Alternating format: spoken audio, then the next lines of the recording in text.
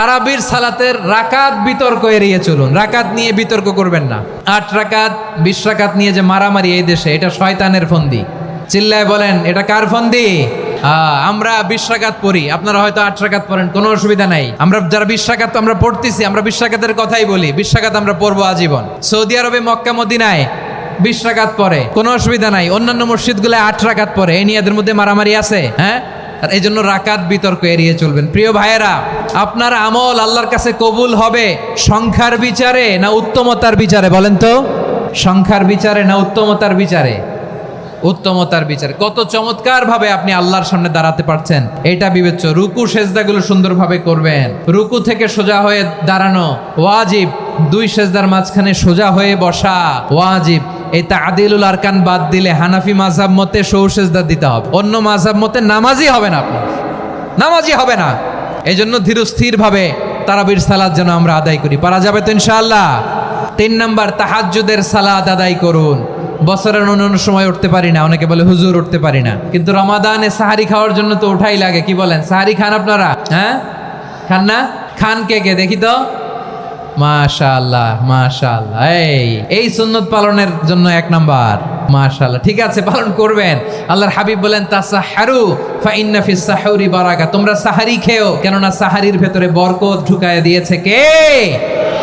একটা খেজুর, 1 গ্লাস পানি খেলো সারা দিন আপনাকে তরতাজা রাখে কে? সাহারির জন্য যেহেতু উঠতেই হয়, সাহারি খাওয়ার আগে বা পরে 2 রাকাত 4 রাকাত তাহাজ্জুদ পড়া যাবে না? রব্বুল আলামিন বলেন, ওয়ামিনাল লাইলি ফাতাহাজ্জাদ বিহি নাফিলাতান লাকা আসা আইয়াবআসাকা রাব্বুকা মাকামান মাহমুদা। ও নবী, রাতের কিছু অংশ সময় তাহাজ্জুদের সালাত আপনি আদায় করবেন, কারণ এই তাহাজ্জুদ হলো আপনার জন্য নাফিলাতাল লাক, অতিরিক্ত ফরজ। আপনাকে মাকামে মাহমুদে অধিষ্ঠিত করবে কে? এজন্য যারা সম্মানিত হতে চান, সম্মানের আসনে যেতে চান, তাদের জন্য তাহাজ্জুদ অবধারিত। আমরা রমজানে তাহারির আগে তাহাজ্জুদ পড়তে চাই কি চাই না? এই নামাজটারে আল্লাহ বড্ড ভালোবাসেন। কেন জানেন? কারণ গভীর ঘুমকে স্যাক্রিফাইস করে আমরা এই নামাজ পড়ি। ঘুমের আরবি জানা আছে কারো? ঘুমরে আরবিতে কি বলে? অনেকগুলো আরবি আছে। একটা আরবি হচ্ছে নুআস, তন্দ্রা তন্দ্রা, আমানাতান নুআসা কোরআনে এসেছে। আরেকটা আছে ঝিমুনি, ঝিমুনি, এইভাবে ঝিমুনি আসে ঘুমের আগে, এটারে বলে সিনা। এটারে কি বলে? সিনা। স্বাভাবিক ঘুমকে আরবিতে বলে নাউম। স্বাভাবিক ঘুমকে কি বলে? এই সিনা আর নাউমকে আল্লাহ এক আয়াতে এনেছেন, লা তাখুযুহু সিনাতু ওয়ালা নাউম। আল্লাহর তন্দ্রা নাই, ঘুম নাই। ঘুমের আগে যে তন্দ্রা আছে ওইটাও নাই। তাহলে নুআস, সিনা, নাউম পেলাম। আরেকটা ঘুমের আরবি হচ্ছে হুজুদ। চাঁপাইনবাবগঞ্জ আওয়াজ করে বলেন, আরেকটা ঘুমের আরবি কি? হুজুদ। এটা মাঝরাতের ঘুম, শেষ রাতের ঘুম, যেই ঘুমটা বড্ড মজা লাগে। কাঁথা টেনে টেনে, ব্ল্যাঙ্কেট টেনে টেনে আরেকটু ঘুমাইতে মন চায়, আরেকটু, আর 1 মিনিট, আর 2 মিনিট, এরকম একটা মজার ঘুম শেষ রাতে আছে না নাই? এই শেষ রাতের ঘুম, এই হুজুদের ঘুমকে স্যাক্রিফাইস করে যেই সালাত পড়া হয়, ওই সালাতের আরবি নাম হচ্ছে সলাতুল হুজুদ বা সলাতুত তাহাজ্জুদ। চিল্লায় বলেন আল্লাহু আকবার। এজন্য আল্লাহ তাআলা এই তাহাজ্জুদের সালাতকে এত পছন্দ করেন। পড়বেন তো রমাদানে? 4 নম্বরে, মুক্ত হস্তে দান করুন। মুক্ত হস্তে দান করুন। ওয়ামা আতাইতুম মিন যাকাতিন তুরিদুনা ওয়াজহাল্লাহি ফাউলাইকা হুমুল মুদঈফুন। তোমরা মনে করো না যাকাত দিলে তোমাদের সম্পদ কমে যায়, এটা ভেবো না। বরং তোমরা আল্লাহর খুশির জন্য যে যাকাত দাও, তারপরে তোমার যে সম্পদ থাকে ওই সম্পদের মধ্যে প্রবৃদ্ধি দান করে কে? আপনি মনে করছেন দিলে কমে? চাঁপাইনবাবগঞ্জের ভাইয়ের আওয়াজ করে বলেন, দান করলে কি সম্পদ কমে নাকি বাড়ে? আওয়াজ করে বলেন, কমে না বাড়ে? বাড়ে।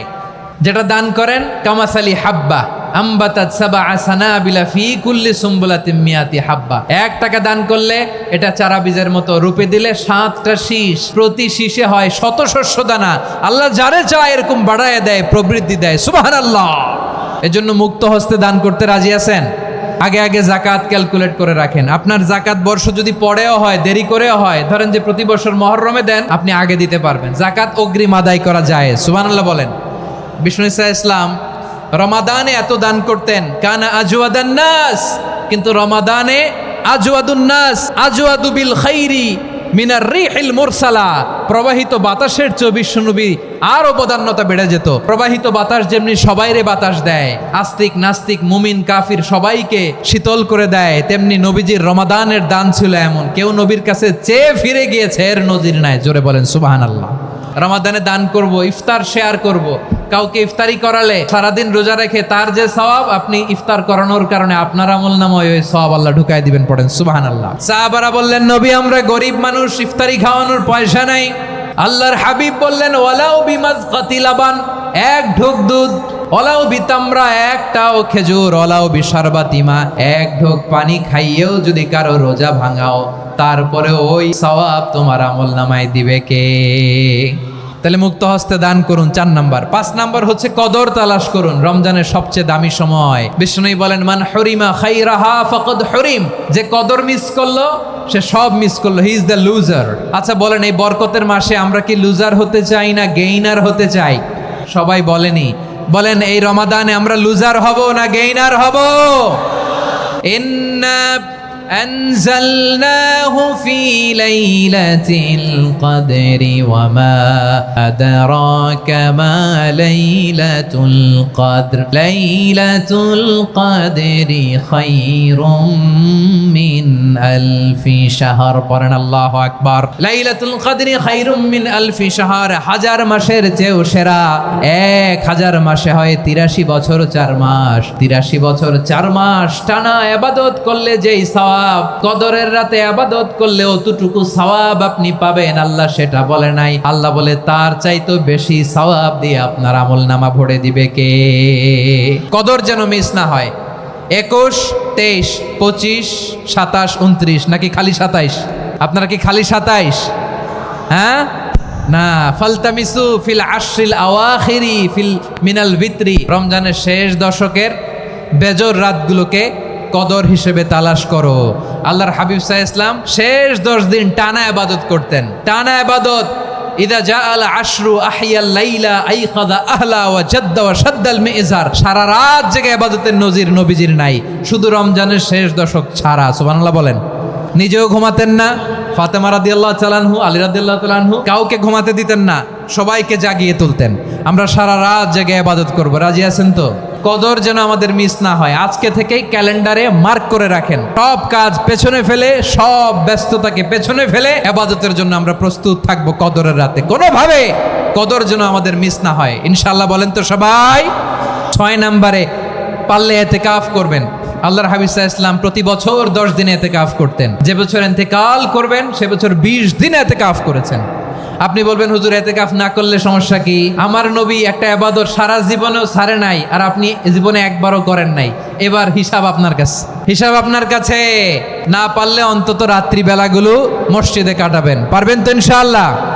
সব শেষে শিশু এবং নারীদের ব্যাপারে বিশেষ খেয়াল রাখবেন। শিশুদের রমাদানের ব্যাপারে উৎসাহ দেন, তাদের প্রস্তুতি নেওয়ান, তাদেরকে রোজা রাখতে দিবেন। আমার ভাইয়েরা এবং বোনেরা, পর্দার আড়ালে মায়েদেরকে বলবো, চাপাই নবাবগঞ্জের মায়েরা, 1 দিন 2 দিন না খেয়ে থাকলে আপনার ছেলে মেয়ে মারা যাবে না, ঠিক কিনা বলেন? ওদেরকে উৎসাহিত করেন, ওদের ছোট্ট যারা রাখতে দেন, বলেন যে বাবা সকাল থেকে দুপুর পর্যন্ত না খেয়ে থাকলে তোমার অর্ধেক রোজা, এরকম 2 দিন অর্ধেক মিলে তোমার 1 রোজা। এরকম আমি কত রোজা রাখছি ছোটবেলায় কোনো হিসাবই নাই। আমার দাদি বলতো সকাল থেকে না খেয়ে দুপুর 12টা পর্যন্ত রাখলে নাকি অর্ধেক হয়, এরপরের দিন অর্ধেক, 2 অর্ধেক মিলে 1 রোজা। এটাতে আসলে রোজা হয় না, কিন্তু তাকে উৎসাহ দেয়া। ইফতার প্রোগ্রামগুলোতে নিবেন আমাদের বাচ্চাদেরকে, দেখবেন যে ওর ক্ষুধা লাগতেছে, খায় না, কারণ কেউ খায় না। একজন আজান দিচ্ছে, সবাই খেজুর নিয়ে ইফতার করতেছে। এই দৃশ্য, এই ট্র্যাডিশন, এই ইবাদত, এই তারবিয়া ওর আগামীর জীবনটাকে সুন্দর করবে। চিল্লায়া বলেন ঠিক কি না?